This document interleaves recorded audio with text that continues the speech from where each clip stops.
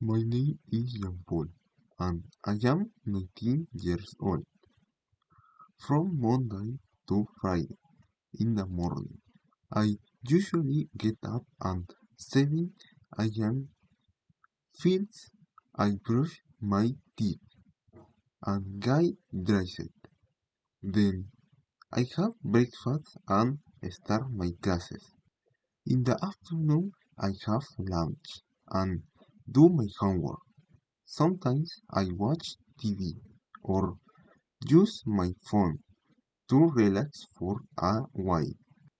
In the evening, I spend time with my family or watch TV. Finally, I go to bed around 10 or 11 p.m. That is my daily routine during the week.